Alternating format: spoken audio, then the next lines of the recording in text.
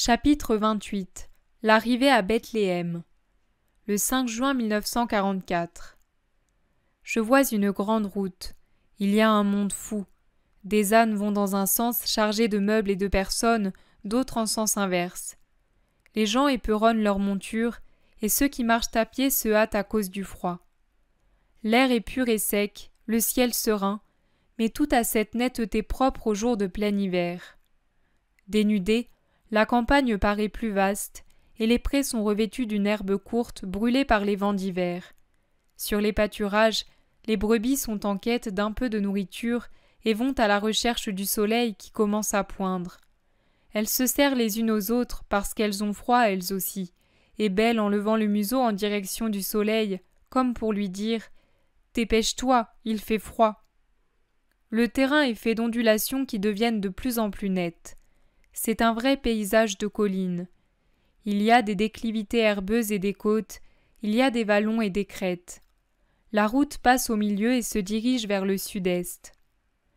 Marie est montée sur son âne gris, tout enveloppée dans son lourd manteau. À l'avant de la selle se trouve le dispositif que j'ai déjà vu lors de son voyage à Hébron, et par-dessus, le coffre contenant les objets de première nécessité. Joseph marche à côté en tenant la bride. « Tu es fatigué ?» lui demande-t-il de temps à autre. Marie le regarde en souriant et répond « Non ». À la troisième fois, elle ajoute « Ce serait plutôt à toi d'être fatigué puisque tu marches. »« Oh, moi, pour moi ce n'est rien. Je pense que si j'avais trouvé un autre âne, tu aurais pu être mieux installé et nous aurions pu aller plus vite. Mais vraiment, je n'en ai pas trouvé. Tout le monde a besoin de monture en ce moment. Mais courage, nous arriverons bientôt à Bethléem. Derrière cette montagne, c'est Ephrata. » Il garde le silence. Quand elle ne parle pas, la Vierge paraît se recueillir en quelques prières intérieures. Elle sourit doucement à une pensée, et bien qu'ayant la foule sous les yeux, on dirait qu'elle ne voit pas s'il s'agit d'un homme, d'une femme, d'un vieillard, d'un berger, d'un riche ou d'un pauvre, mais de ce que elle y reconnaît. Le vent se lève. « Tu as froid ?» lui demande Joseph. « Non, merci. » Mais Joseph ne se fie pas à sa réponse. Il lui touche les pieds, qui pendent sur le flanc de l'âne, ses pieds chaussés de sandales et qu'on voit à peine dépasser de son long vêtement.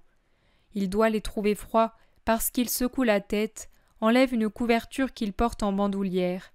Il en entoure les jambes de Marie et la lui étend jusque sur la poitrine, de façon à ce que ses mains soient bien au chaud sous la couverture et sous le manteau. Il rencontre un berger qui leur coupe la route avec son troupeau qui passe du pâturage de droite à celui de gauche. Joseph se penche pour lui demander quelque chose. Le berger y consent. Joseph prend l'âne et lui fait suivre le troupeau dans le pâturage. Le berger tire un bol grossier d'une besace, traite une grosse brebis aux mamelles gonflées et tend le bol à Joseph qui l'offre à Marie. « Que Dieu vous bénisse tous deux, » dit Marie. « Toi pour ton amour et toi pour ta bonté. Je prierai pour toi. »« Vous venez de loin ?»« De Nazareth, » répond Joseph. « Et où allez-vous ?»« À Bethléem. »« C'est un bien long voyage pour la femme dans son état. C'est ta femme ?»« C'est ma femme. »« Avez-vous un endroit où aller ?»« Non. »« C'est fâcheux. Bethléem est noir de monde venu de partout pour s'inscrire ou pour aller s'inscrire ailleurs. Je ne sais où vous trouverez un logement. Tu connais l'endroit ? » ?»« Pas bien. »« Eh bien, je te renseigne. Pour elle. » Il désigne Marie. « Cherchez l'auberge. Elle sera pleine, mais je vous l'indique pour vous donner un point de repère. Elle se trouve sur une place, la plus grande. On y va par la grande rue. Vous ne pouvez vous tromper. Il y a une fontaine devant. C'est une maison grande et basse, avec un grand portail. Elle sera comble, mais si vous ne trouvez de place ni là ni dans les maisons, tournez derrière l'auberge en direction de la campagne.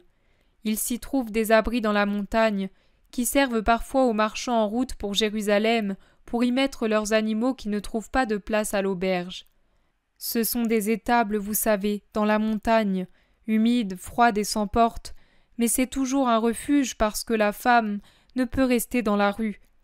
Peut-être y trouverez-vous de la place et du foin pour dormir et pour l'âne, et que Dieu vous accompagne. Que Dieu te comble de joie, répond Marie. Joseph, quant à lui, répond « Que la paix soit avec toi ». Ils reprennent la route. Un plus grand vallon apparaît du haut de l'escarpement qu'ils ont franchi. Dans ce vallon, en haut et en bas des pentes qui l'encerclent, se trouvent des maisons et encore des maisons. C'est Bethléem. Nous voici sur la terre de David, Marie. Tu vas pouvoir te reposer.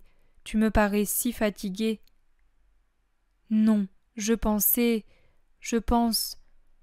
Marie saisit la main de Joseph et avec un sourire radieux, elle lui dit « Je pense que le moment est arrivé. » Dieu de miséricorde, qu'allons-nous faire ? Ne crains rien, Joseph. Reste calme. Tu vois comme moi je suis sereine. Mais tu souffres beaucoup. Oh non, je suis toute joyeuse. J'éprouve une telle joie, si forte, si belle, si irrésistible, que mon cœur bat à tout rompre et me dit « Il naît, il naît ». Il me le répète à chaque battement. C'est mon enfant qui frappe à la porte de mon cœur et dit « Maman, c'est moi, je viens t'apporter le baiser de Dieu. » Ah, quelle joie, mon Joseph ! Mais Joseph n'est pas à la joie. Il pense à l'urgence de trouver un lieu d'accueil et hâte le pas. Porte après porte, il demande un abri, mais rien, tout est occupé. Ils parviennent à l'auberge. Elle est pleine de gens qui bivouaquent jusque sous les portiques rustiques qui entourent la grande cour intérieure. Joseph laisse Marie sur son âne à l'intérieur de la cour et sort poursuivre sa recherche dans d'autres maisons. Il n'y a rien. Précoce, le crépuscule d'hiver commence à étendre son voile. Joseph supplie l'aubergiste. Il supplie des voyageurs. Eux sont des hommes, qui plus est en bonne santé. Là, à côté, il y a une femme qui va mettre un enfant au monde. Qu'il fasse preuve de pitié. Mais rien. Un riche pharisien les regarde avec un mépris visible, et quand Marie s'avance, il s'éloigne comme s'il s'était approché d'une lépreuse. Joseph le regarde et rougit d'indignation. Marie pose la main sur le poignet de Joseph pour l'apaiser. « N'insiste pas. Partons. Dieu y pourvoira. » Ils sortent, longent le mur de l'auberge, tournent dans une ruelle encastrée entre elle et de pauvres maisons, et passent derrière l'auberge. Ils cherchent. Voilà des espèces de grottes, de caves, dirais-je, plus que des étables, tant elles sont basses et humides. Les plus belles sont déjà occupées. Joseph est découragé. « Hé, Galiléen !» crie un vieil homme derrière lui. « Là, au fond, sous cette ruine, il y a une tanière. Peut-être n'y a-t-il encore personne ?» Il s'approche de cette tanière. C'est réellement une tanière. Parmi les décombres de quelques bâtiments en ruine se trouve une ouverture qui donne sur une grotte, une excavation dans la montagne plus qu'une grotte même. J'ai l'impression qu'il s'agit des fondations de l'ancienne construction, auxquelles servent de toit les matériaux soutenus par des troncs d'arbres à peine équarris. Il y a bien peu de lumière, et pour mieux voir, Joseph prend de l'amadou et un allume-feu. Il allume une petite lampe qu'il sort de la besace qu'il tient en bandoulière. Il entre, et c'est un mugissement qui le salue. « Viens, Marie, c'est vide, il n'y a qu'un bœuf. » Joseph sourit. « C'est mieux que rien. » Marie descend de son âne et entre. Joseph a pendu son lumignon à un clou fixé à l'un des troncs qui servent de piliers. On voit plein de toiles d'araignées sur la voûte. Le sol en terre battue, tout disloqué, avec des trous, des cailloux, des détritus et des bouses, est recouvert de brins de paille. Au fond, un bœuf se retourne et regarde de ses yeux tranquilles, tandis que du foin lui pend des lèvres. Il y a un siège grossier et 2 pierres dans un coin près d'une fente. Le noir de ce recoin révèle que c'est là qu'on fait du feu. Marie s'approche du bœuf. Elle a froid. Elle pose ses mains sur son cou pour en sentir la tiédeur. Le bœuf mugit et se laisse faire. On dirait qu'il comprend. Même quand Joseph le pousse plus loin pour enlever beaucoup de foin du râtelier et faire un lit pour Marie, il reste bien paisible. En fait, le râtelier est double. Il y a celui dans lequel mange le bœuf, et au-dessus, une sorte d'étagère qui sert de réserve, et c'est là que Joseph se sert. Il fait également une place pour l'âne, épuisé et affamé, qui se met aussitôt à manger. Joseph déniche aussi un seau renversé tout cabossé. Comme dehors, il avait remarqué un ruisseau, il sort pour revenir avec de l'eau pour l'âne. Puis, il s'empare d'un fagot de branchages posé dans un coin et tente de balayer un peu le sol. Il étend ensuite le foin, en fait une couche près du bœuf, à l'endroit le plus sec et le plus abrité. Mais il sent que ce pauvre foin est humide et il soupire. Il allume le feu et avec une patience de chartreux, il sèche le foin par poignées en le tenant près du feu. Assise sur son tabouret, Marie, lasse, regarde et sourit. C'est prêt. Elle s'installe du mieux qu'elle peut sur le foin moelleux, les épaules appuyées contre un tronc. Joseph complète l'ameublement en étendant son manteau comme une tente sur le trou qui sert d'entrée. C'est un abri très relatif.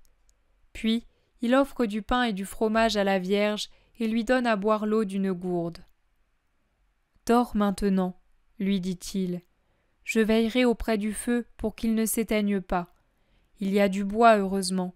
Espérons qu'il durera et brûlera. Je pourrai économiser l'huile de la lampe. » Obéissante, Marie s'étend. Joseph la recouvre de son manteau à elle et de la couverture qu'elle avait auparavant sur les pieds. « Mais toi, tu vas prendre froid ?»« Non, Marie, je suis près du feu. Essaie de te reposer. Demain, ça ira mieux. » Marie ferme les yeux sans insister davantage. Joseph se rencogne de l'autre côté sur le tabouret, avec quelques brindilles près de lui. Elles ne vont pas durer longtemps à mon avis. Ils sont placés de la manière suivante. Marie est à droite, les épaules face à la porte, à moitié cachée par le tronc et le corps du bœuf qui s'est accroupi sur sa litière. Joseph est à gauche, près de la porte, donc en diagonale. Comme il a le visage dirigé vers le feu, il tourne le dos à Marie. Il pivote donc de temps en temps pour la regarder et la voit tranquille, comme si elle dormait. Il brise doucement les branchettes et les met une à une sur le foyer pour économiser le bois sans que la flamme s'éteigne et pour éclairer leur abri. Il ne reste plus que la lueur du feu, parfois plus vive, parfois presque morte. En effet, la petite lampe est éteinte et seule la blancheur du bœuf, du visage et des mains de Joseph se détache sur cette pénombre. Tout le reste fait une masse qui se fond dans l'épaisseur de la nuit. « Il n'y a rien à dire de plus, » dit Marie. « La vision parle d'elle-même. C'est à vous qu'il revient d'en tirer la leçon de charité, d'humilité et de pureté qui en découle. Repose-toi en veillant, comme je veillais en attendant Jésus. Il viendra t'apporter sa paix. »